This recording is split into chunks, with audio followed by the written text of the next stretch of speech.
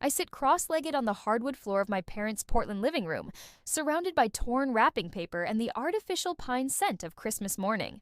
My sister Chelsea twirls her manicured fingers around a set of shiny BMW keys, the metal catching the twinkling lights from the tree as she pirouettes like a teenager instead of a 34-year-old woman. I can't believe it. She squeals, bouncing on her toes. My own Beamer. Dad beams at her with unfiltered pride, Mom clasping her hands beneath her chin like she's witnessing a miracle. The car sits in the driveway, a glossy white testament to parental devotion, complete with an enormous red bow that probably cost more than what they spent on my entire Christmas. Meanwhile, I stare at the object in my lap, a plastic piggy bank shaped like a cartoon character from a children's show I outgrew 25 years ago. The price tag they forgot to remove reads $1.99. "Open it," Mom urges, gesturing toward the small rubber stopper on the bottom. My fingers feel numb as I comply. 2 crisp $1 flutter out. "It's the start of your future home fund, honey," Dad announces with a dismissive wave. "You're always so responsible with money, not like some people." He winks at Chelsea, who pretends to look offended. The silence stretches like taffy between us until Mom fills it. Chelsea needs reliable transportation for her new graphic design clients. Those artsy types expect a certain image, you know. Chelsea drops onto the couch beside me, her expensive perfume clouding my senses. "Don't worry, sis. I'll drive you around whenever you need." She pats my knee with patronizing gentleness. "Your little Toyota must be on its last legs by now." The Toyota that carried me through 7 hours of mountain passes yesterday. The Toyota I paid off myself 3 years ago. The Toyota that's more reliable than any relationship in this room. I can't breathe. 34 years of moments just like this one crystallize in my mind with perfect clarity. This isn't an anomaly. It's the pattern of my entire life. Just this morning, I'd carefully wrapped their gifts a leather briefcase for Dad that cost 2 weeks' salary. The silver bracelet Mom had admired in a Seattle boutique window. The professional camera lens Chelsea had casually mentioned wanting. All purchased by setting aside a little from each paycheck for months. I'd rehearsed my announcement during the entire drive down from Seattle. Senior structural engineer. The promotion I'd earned through nights and weekends of extra work, designing buildings that would stand for generations. I'd imagined their faces lighting up with pride, finally seeing me as something more than Chelsea's responsible older sister. Maybe this Christmas will finally be different, I'd whispered to myself at each rest stop, at each gas station, at each mile marker. My hands tremble as I place the piggy bank on the coffee table. The plastic makes a hollow sound against the glass. "Excuse me," I manage, my voice sounding like it belongs to someone else. Bathroom. I walk. Don't run up the familiar stairs past the wall of family photos where Chelsea's face dominates every frame. The bathroom door closes behind me with a soft click before I twist the lock. My reflection stares back at me. Eyes too dry, face too composed. I press my palms against the cold marble counter, waiting for tears that won't come. The pressure builds in my chest instead, like concrete hardening around my lungs. People talk about heartbreak like it's abstract. It's not. I feel each chamber of my heart contracting painfully. Blood struggling to push through narrowing vessels. My sternum aches like someone has pressed a knee against it. This is what dying feels like, I think. Not dramatic, just diminishing. The night stretches endlessly as I lie awake in my childhood bedroom, listening to Chelsea's laughter from downstairs as she and my parents plan her first road trip in the new car. At 2:17 a.m., I finally sit up. I pack quickly, taking only what matters. The faded stuffed bear my grandmother gave me, the photo album from college, the small wooden box containing my first professional blueprint. The expensive gifts I've given them over the years stay where they are. They were never about gratitude anyway. The house is silent as I carry my suitcase down the stairs. My house key lies cold in my palm for a moment before I place it on the kitchen counter beside the coffee maker that will brew in 3 hours. They have made their choice. Now I'm making mine. Streetlights blur into watery halos as I navigate empty highways. The dashboard clock reads 3:42 a.m. Christmas morning. My windshield wipers battle against thickening snow while Bing Crosby croons about white Christmases from the radio. I twist the volume knob until his voice fades to silence. "Have yourself a merry little Christmas," I whisper to the empty passenger seat, my voice breaking on. Merry. The irony burns like acid. Through Portland's southern outskirts, my Toyota's heater struggles against the December chill. 7 years old with 200,000 pausim, this carried me through college, first jobs, promotions. It never complained about mountain passes or tight parking spots. Unlike the gleaming BMW sitting in my parents' driveway with its ridiculous red bow, my car earned its place in my life. Around 6, my phone buzzes against the center console. I glance down to see Mom's face lighting up the screen. Not, "Are you safe?" Or, "Please come home. Just did you remember to pay the electric bill for the cabin before you left Seattle?" The cabin they bought for weekend getaways that Chelsea uses for Instagram photo shoots.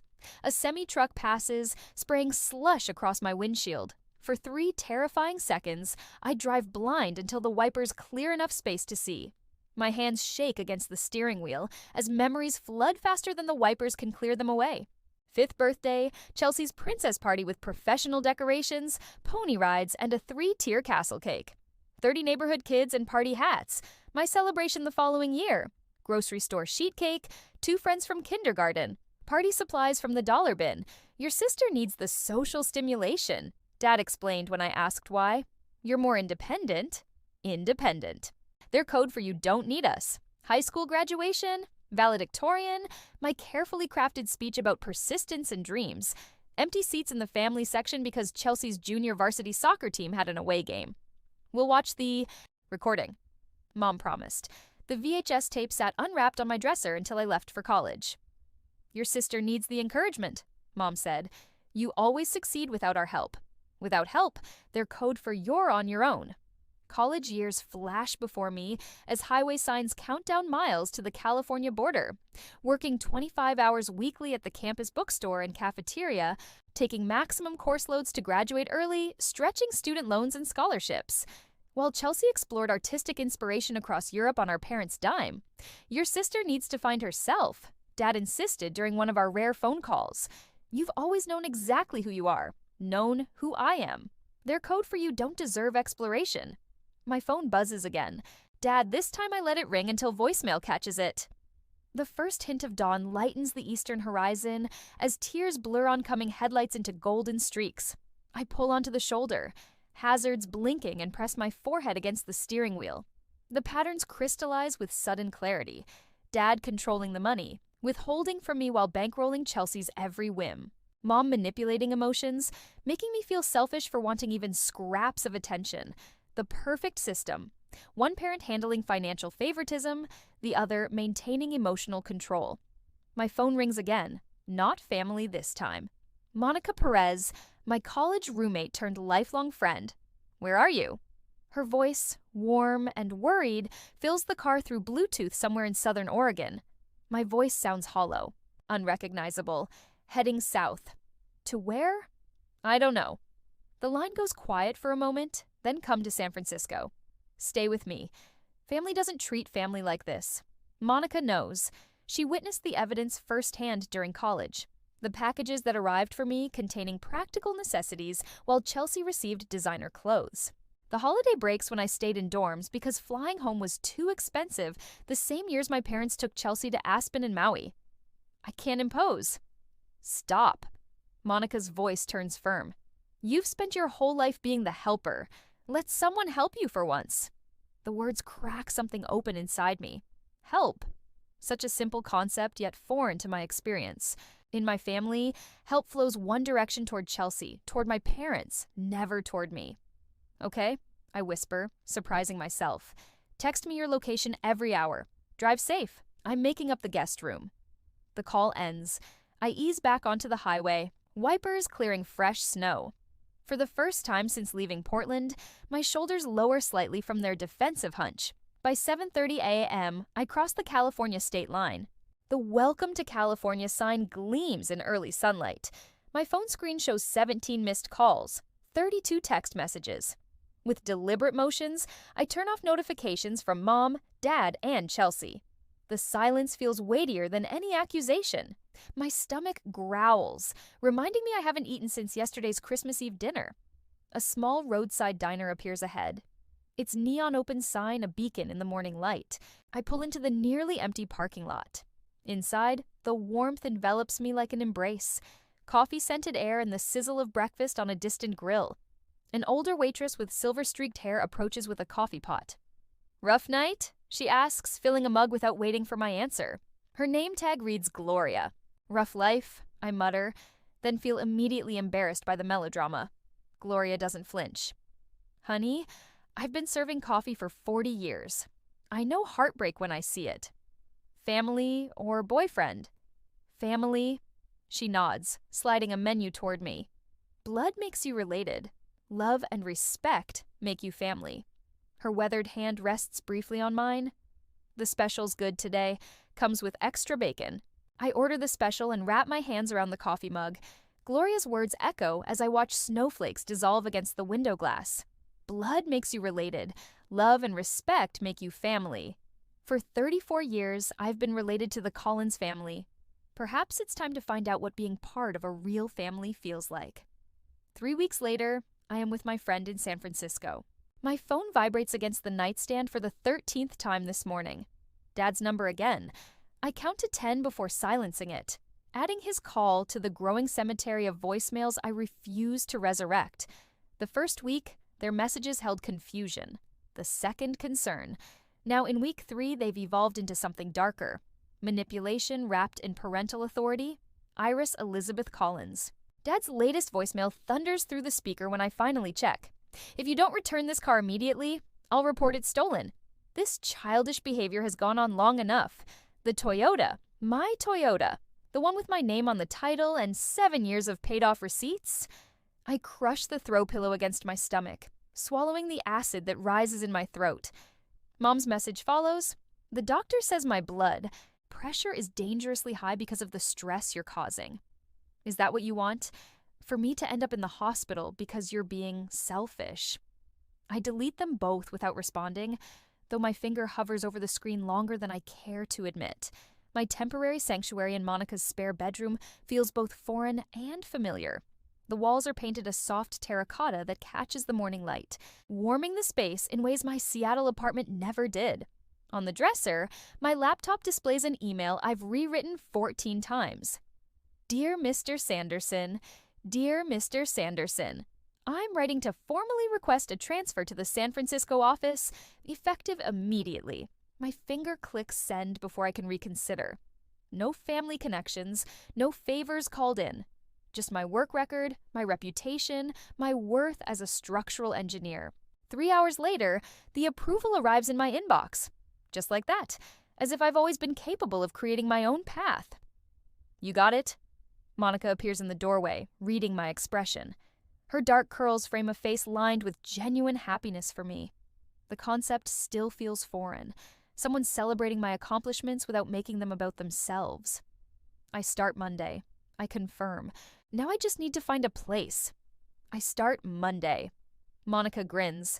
Already called Andrea from book club. She manages apartments in Mission District. Rent control, safe building, 20-minute walk to your new office. You didn't have to. I wanted to. She cuts me off, dropping onto the bed beside me. Friends help friends. No strings attached. Novel concept for you. I know. The words hit their mark. No strings, no obligations, no scorekeeping. The tears I've been holding back for 3 weeks threaten to break through. "I made you an appointment too," she adds, sliding a business card onto my laptop. "Dr. Levine, Tuesday at 4. The card reads, "Ela Levine, PhD, Family Therapy." "I'm not crazy," I whisper. "No," Monica agrees. "But you've been carrying something heavy for a very long time. It might help to put it down somewhere safe."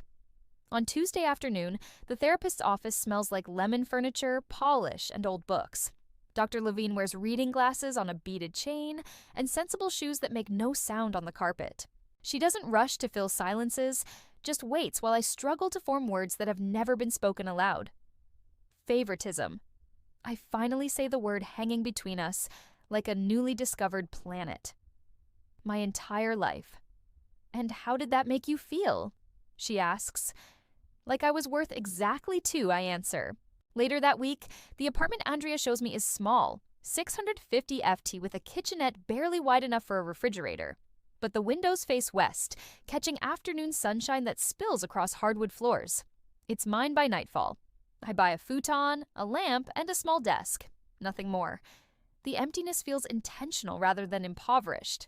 Space to grow into? Monica drags me to a community center the following Saturday. Pottery class, she announces. You need something that isn't work or therapy. I protest until my hands sink into cool clay, feeling it yield and resist simultaneously.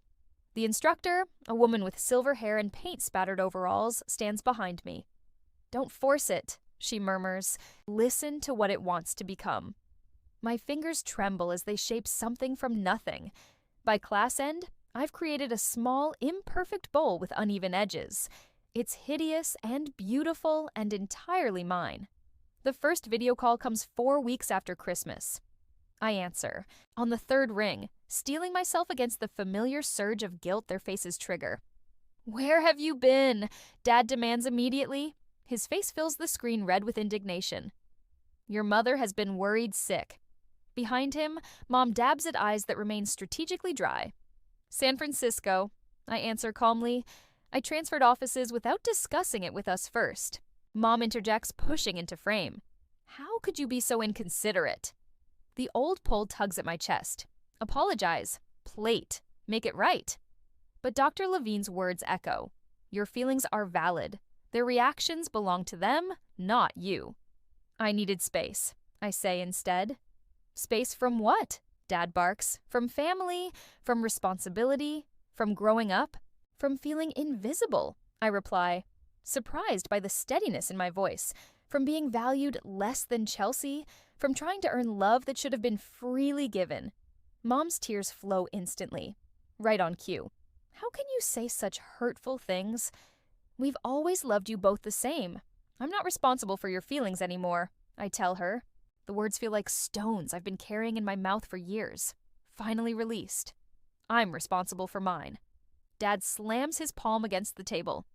This conversation is over until you're ready to apologize. Then I guess we're done talking.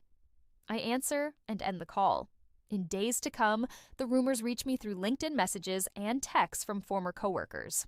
According to family lore, I've had a mental breakdown. I'm living in squalor, I've joined a cult. Chelsea's Instagram shows her looking concerned in tastefully filtered photos, captioned with vague references to family heartbreak and praying for those struggling with mental health. My new coworkers know nothing of this narrative. They see only my work, the precision of my calculations, the innovation in my designs.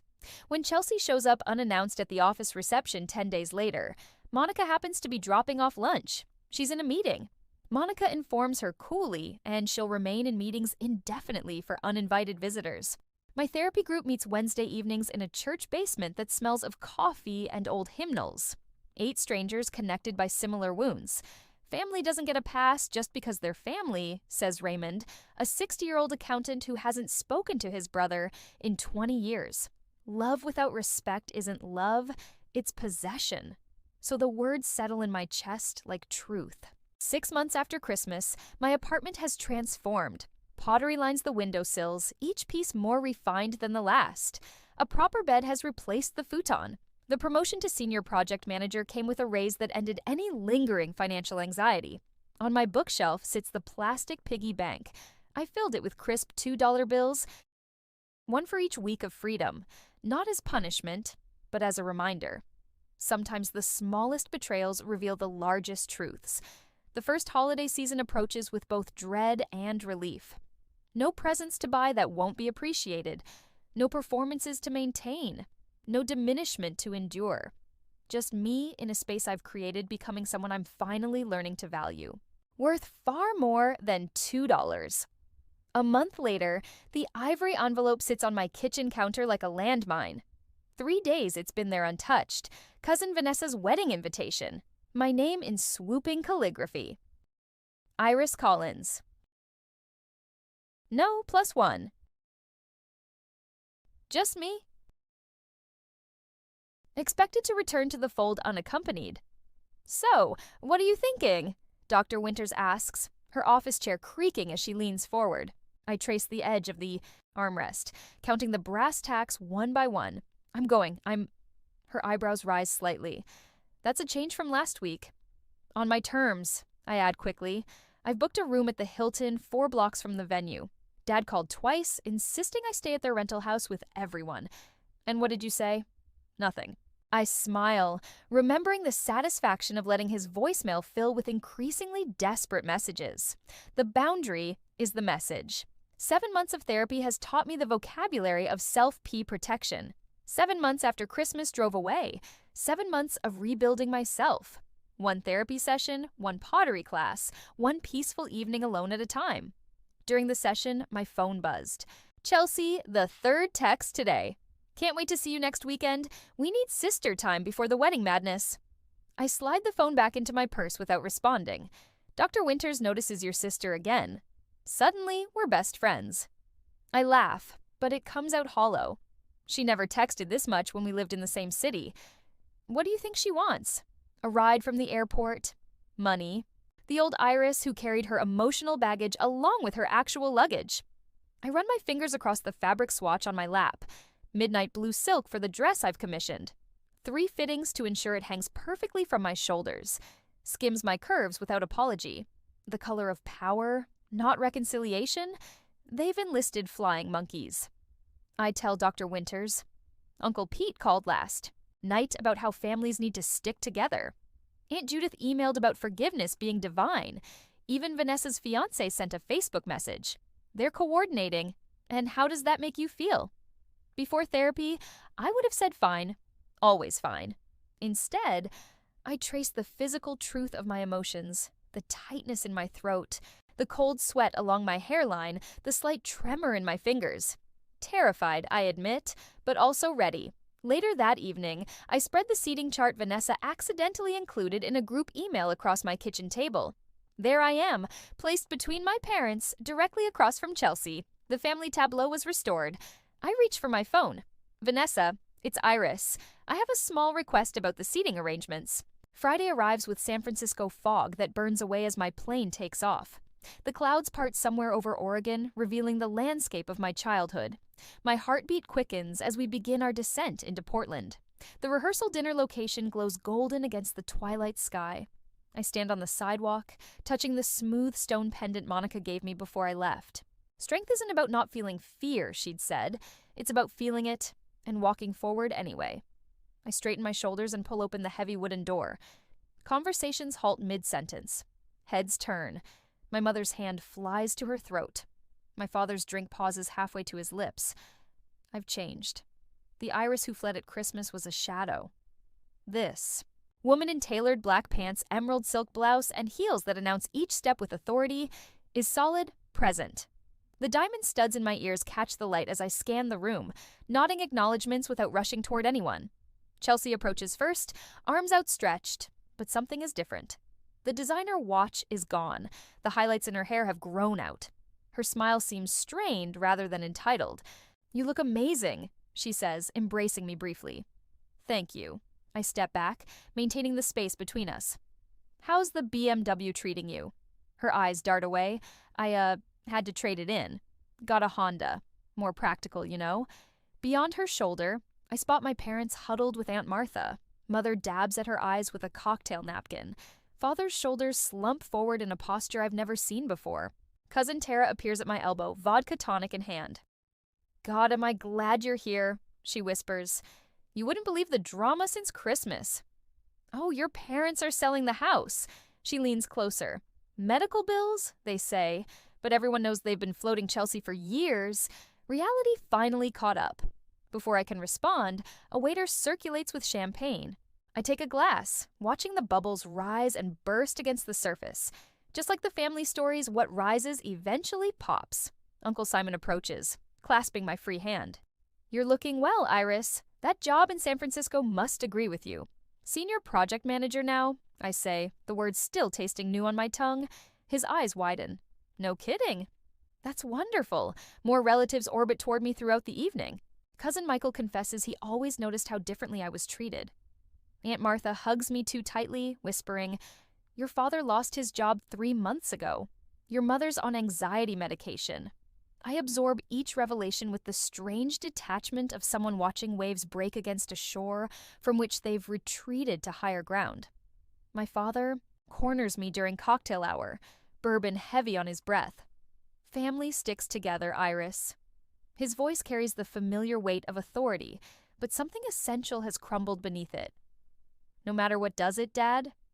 I meet his gaze without flinching. Or do some family members stick together while others get pushed aside? His face reens. We've always supported you. $2 in a piggy bank. The words come out softer than I expected, but they land with precision. That was your definition of support. He opens his mouth, closes it, then walks away.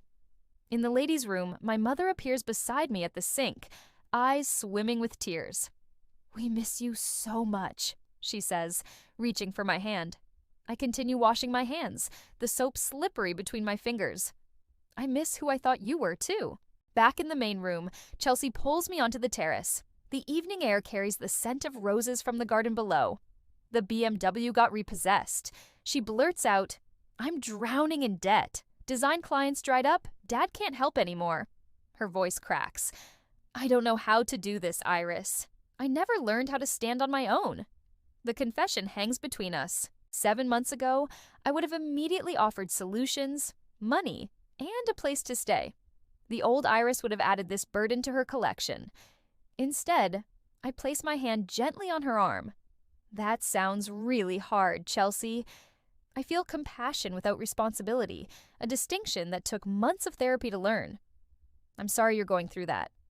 Her eyes widen slightly at my response. Compassion without rescue. "I can help you make a budget," I offer, "but I can't fix this for you." Over her shoulder, I see Vanessa in her pre-wedding glow, surrounded by bridesmaids. Tomorrow will bring its own challenges. But tonight, standing on this terrace with the weight of family expectations sliding off my shoulders like water, I realize I'm no longer afraid. I am the woman who walked away from a lifetime of diminishment, who built a life from the foundation up. Whatever comes next, I'll face it, standing firmly on the ground of my own making. The next day, I stand in the bridal suite of the Magnolia Gardens, watching as my cousin Vanessa transforms from nervous bride to radiant woman. The morning sun pours through tall windows, casting everything in a gentle golden light that feels at odds with the storm brewing in my chest. "Iris, your parents are looking for you," Aunt Martha whispers, her fingers gentle on my forearm. "They're in the library. Said it's important." I knew this moment was coming. 7 months since I walked out of their Portland home, leaving nothing but a note and a lifetime of resentment behind. "Thanks, Martha." My voice sounds calmer than I feel. "I'll find them after I help Vanessa with her veil." Martha's eyes soften. They mentioned something about a family emergency before the ceremony. Of course they did. The library door feels heavier than physics should allow as I push it open 30 minutes later. Mom sits ramrod straight in a high-backed chair, tissues already clutched in her hand. Dad paces by the fireplace, his movements sharp and contained. Chelsea stands by the window wearing a dress that costs more than my first month's rent in San Francisco, though the repossessed BMW is nowhere to be seen. "Iris, thank God." Mom rises, arms outstretched. "We need to talk as a family." I remain in the doorway. The ceremony starts in 40 minutes. "Sit down, Iris." Dad gestures to the empty chair positioned to face all three of them. A staged intervention. This can't wait any longer. I close the door behind me, but don't move toward the chair. I'm listening. Chelsea steps forward. "Iris, this has gone far enough. Dad lost his job 3 months ago. The company downsized." Dad interjects quickly. "Budget cuts. Mom's been seeing a therapist for depression." Chelsea continues. "This all started when you left at Christmas." Mom dabs at dry eyes. "We're selling the house. The perfect trifecta. Financial crisis, health concerns, and guilt wrapped in one neat package. 7 months ago, I would have crumpled under the weight of their expectations, apologized for something that wasn't my fault, and offered to help. Today, I walk to the indicated chair, set my purse beside it, and sit with my spine straight. "I'm sorry to hear about your job, Dad. And Mom, I'm glad you're getting help." Their faces register confusion at my calm response. "Didn't you hear what we said?" Chelsea's voice rises. "They're selling the house because of you." "No, they're selling the house because of choices they made long before I left." I remove a leather-bound photo album from my purse. "I brought something to show you." Mom frowns. "We don't have time for you called this meeting." I open the album across my lap. So, we have time. The first page shows 2 birthday parties side by side. Chelsea is elaborate princess theme with hired entertainers, and my party the same year with a grocery store cake at the kitchen table. Remember these? I flipped through pages of Christmas mornings, graduations, and family vacations where the pattern of favoritism is unmistakable. I spent months compiling evidence of what I always felt but couldn't prove. Dad's face flushes. This is ridiculous. We always treated you girls equally. I pull out a folder of bank statements. My student loan's $67,000 that I'm still paying. Chelsea's education fully funded, including her year in Europe for art inspiration. Chelsea shifts uncomfortably. That's not fair. You chose engineering. That was your decision. It was my passion, I corrected her. Just like art was yours. The difference is, my passion wasn't considered worth investing in. Mom rises, hands trembling. We didn't have the money when you went to college. Things were different by the time Chelsea. I learned everything about your financial records years ago, Mom. I cut her off. Dad's promotion came when I was 16. The inheritance from Grandma arrived before my freshman year. You had the money. You chose not to spend it on me.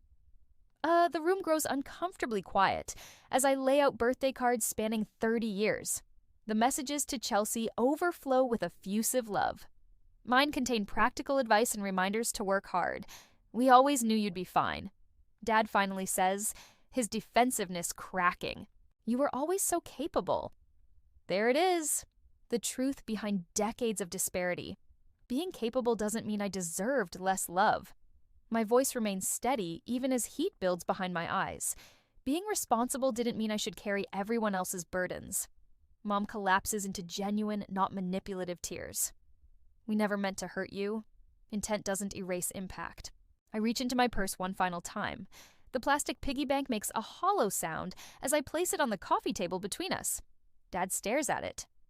What is this nonsense? I remove the rubber stopper. Dozens of crisp 2 bills spill out. Unusual currency that catches the eye. I've saved a $2 bill for every week since Christmas. I explain. This isn't about money. It's about what you thought I was worth. Chelsea picks up one of the bills, turning it over in her manicured fingers. I never realized how it looked from your side. Her voice lacks its usual defensive edge. They never taught me to stand on my own. Outside the library, relatives pass by, their voices floating through the heavy door.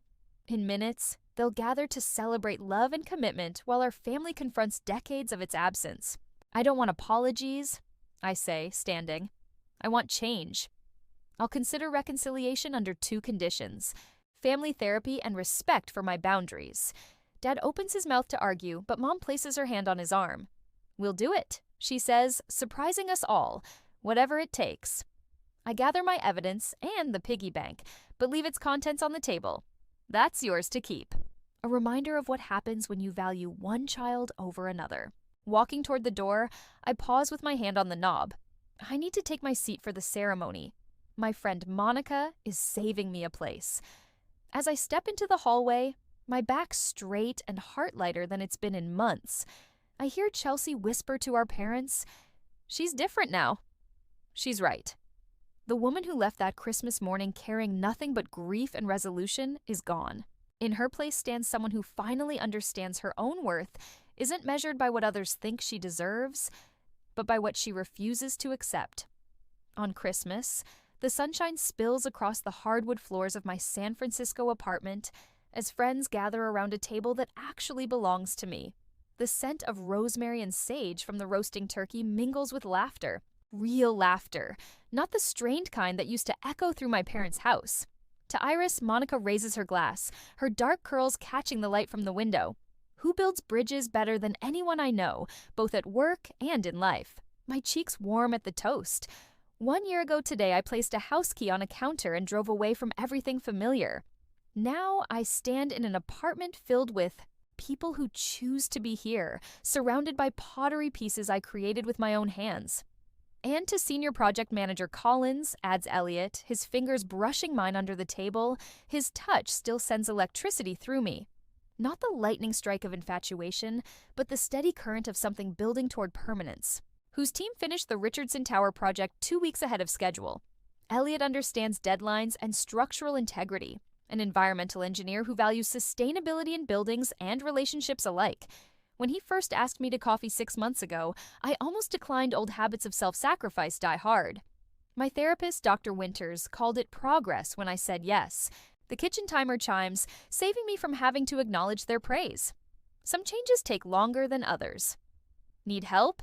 Asks Elliot, following me into the kitchen. I've got it. The words slip out automatically. Then I catch myself remembering Dr. Winters' gentle challenge. Accepting help doesn't diminish your strength.